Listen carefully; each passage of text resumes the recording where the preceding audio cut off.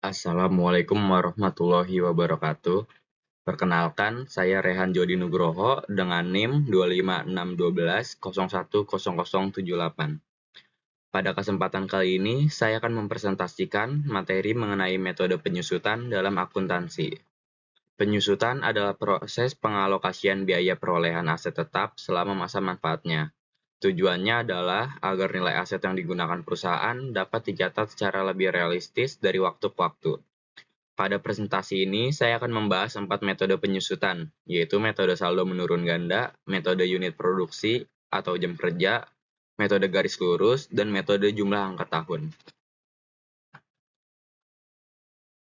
Pada tipe pertama, digunakan metode saldo menurun ganda. Diketahui, sebuah peralatan diperoleh pada awal tahun 2027 dengan harga perolehan sebesar 40 juta rupiah. Peralatan tersebut memiliki umur ekonomis selama 4 tahun dan nilai sisa sebesar 4 juta rupiah. Yang diminta adalah menghitung tarif penyusutan per tahun dan membuat jadwal penyusutan dari tahun 2026 sampai 2030. Untuk menghitung tarif penyusutan metode saldo menurun ganda, pertama kita harus mencari tarif garis lurus terlebih dahulu. Di sini karena umurnya ekonomisnya 4 tahun, maka tarif garis lurus adalah 100% dibagi 4, yaitu 25%. Karena menggunakan metode saldo menurun ganda, maka tarif tersebut dikalikan 2, sehingga diperoleh tarif penyusutan sebesar 50% per tahun. Tarif 50% ini nantinya diterapkan pada nilai buku aset setiap awal tahun.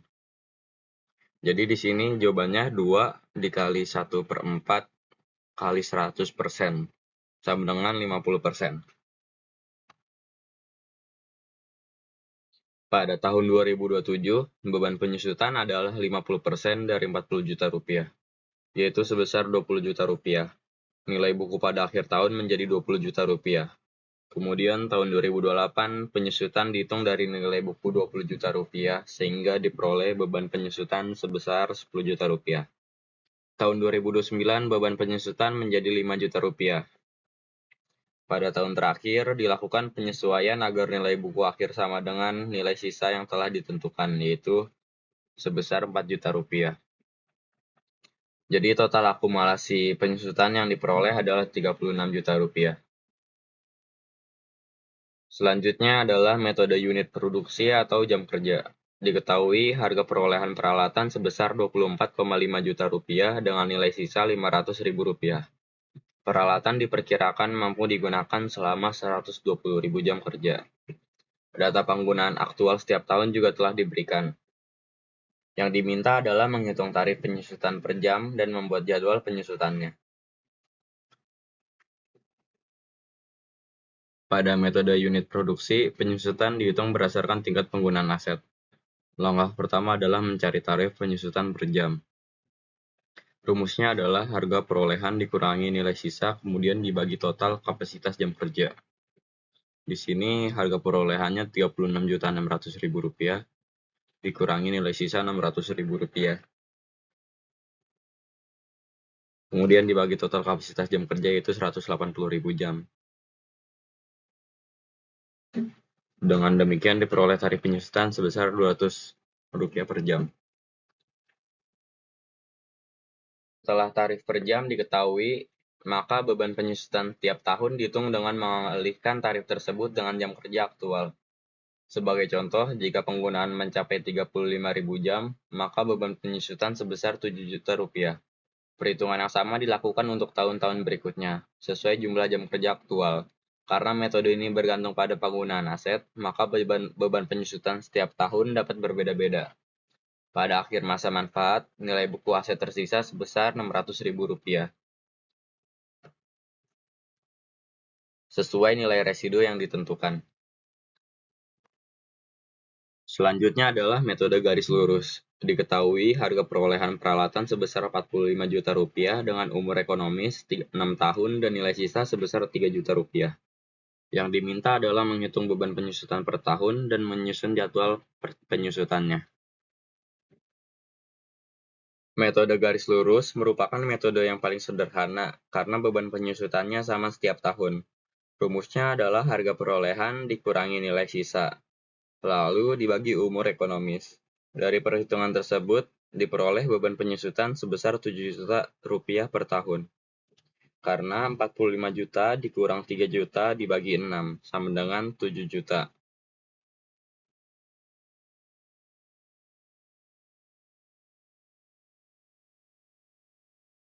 Karena menggunakan metode garis lurus, maka setiap tahun perusahaan mencatat beban penyusutan yang sama, yaitu sebesar 7 juta rupiah.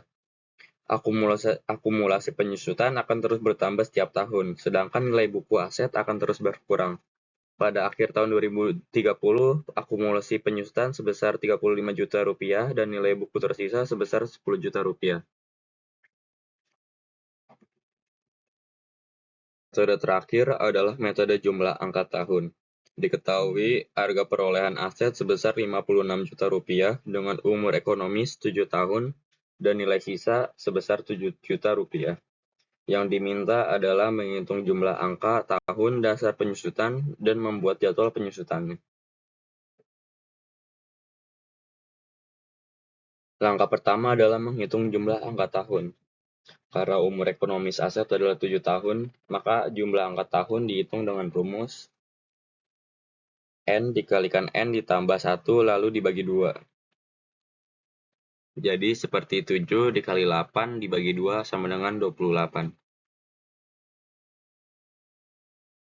Langkah berikutnya adalah menghitung dasar penyusutan. Dasar penyusutan diperoleh dari harga perolehan dikurangi nilai sisa. Maka hasilnya adalah 56 juta rupiah dikurangi 7 juta rupiah, sehingga diperoleh dasar penyusutan sebesar 49 juta rupiah.